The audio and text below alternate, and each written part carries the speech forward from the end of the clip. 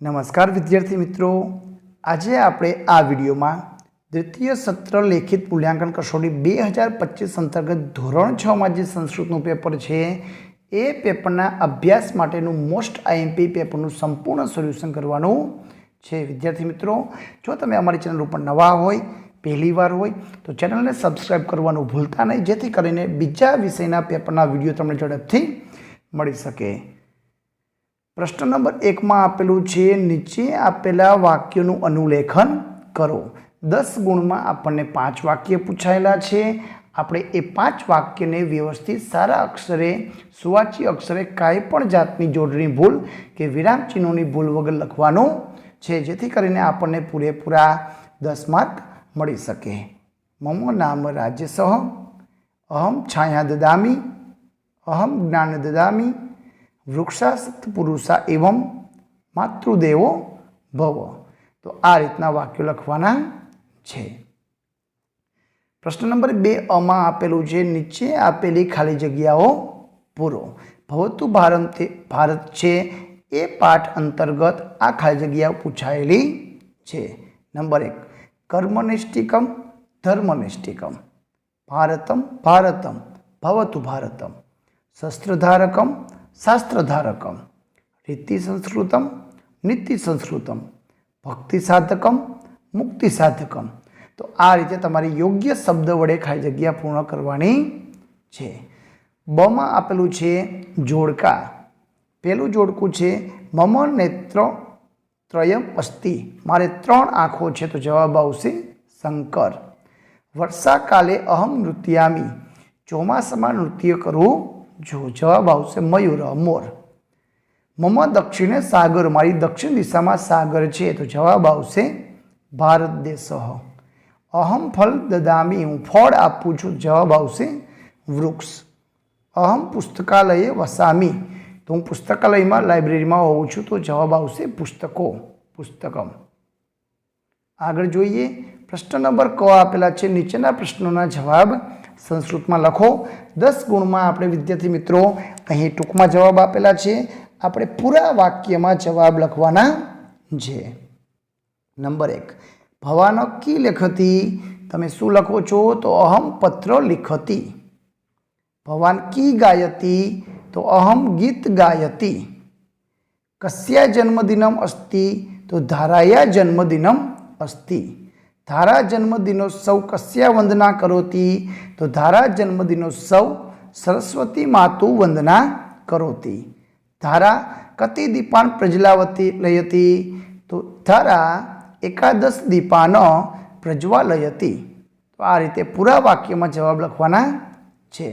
પ્રશ્ન નંબર 3 માં આપેલું સૂચના મુજબમાં પહેલું આપેલું છે, નીચે આપેલા શબ્દોને સંસ્કૃત ભાષામાં લખો. નાક નાસિકા, ધીમે મંદમ, દાબુ વામમ, હિમાલય હિમાલય, પીછું પુચ્છમ. તો તમારે અહીં ગુજરાતી શબ્દની સામે સંસ્કૃતમાં શબ્દ લખવાના છે. બમાં આપેલા છે, નીચે આપેલા વાક્યોને સંસ્કૃત ભાષામાં લખો. નંબર 1, શાળામાં પુસ્તકાલય છે, તો વિદ્યાલયે પુસ્તકાલય અસ્તિ.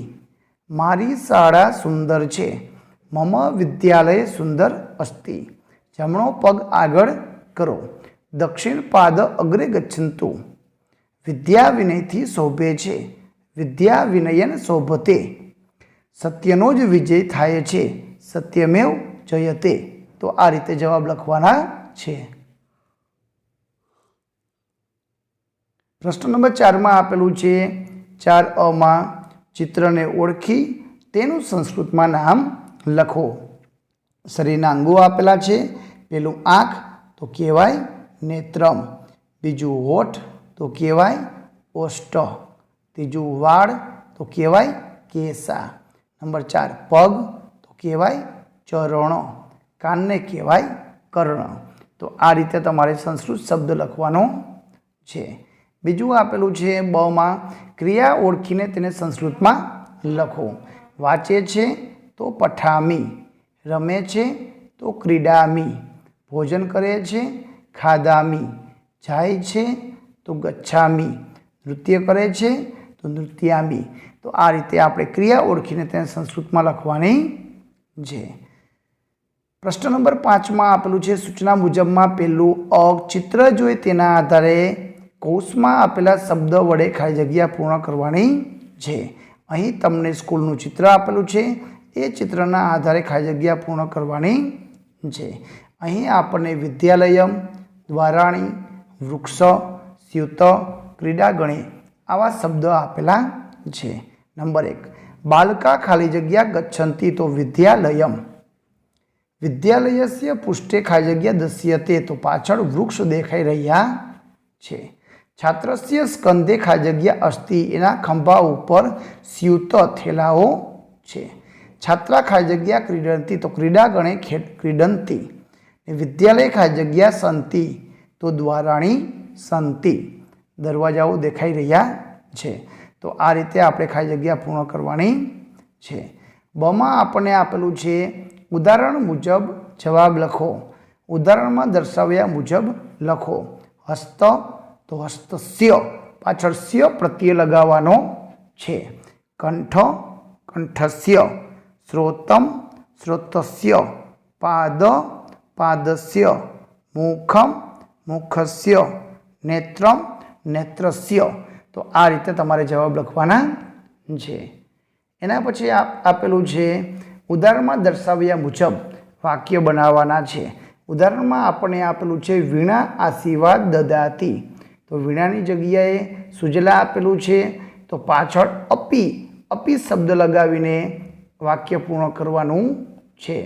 तो सुरेश मंदिर गच्छति, तो जयेश अपी मंदिर गच्छति। सुधा पुस्तक पठति, तो मनोरमा अपी पुस्तक पठति। जननी कारयान चाल्यति, तो जनक अपि कारयान चाल्यति। शिक्षक गीत गायति, तो छात्र अपि गीत गायति। धारा वंदना करोति, तो ममता अपि वंदना करोति। तो आ रीते जवाब लखवाना छे। एना पछी आपेलू छे काव्य पूर्ति करो। 3 मांथी कोई पण 2 अहीं श्लोक आपेला छे।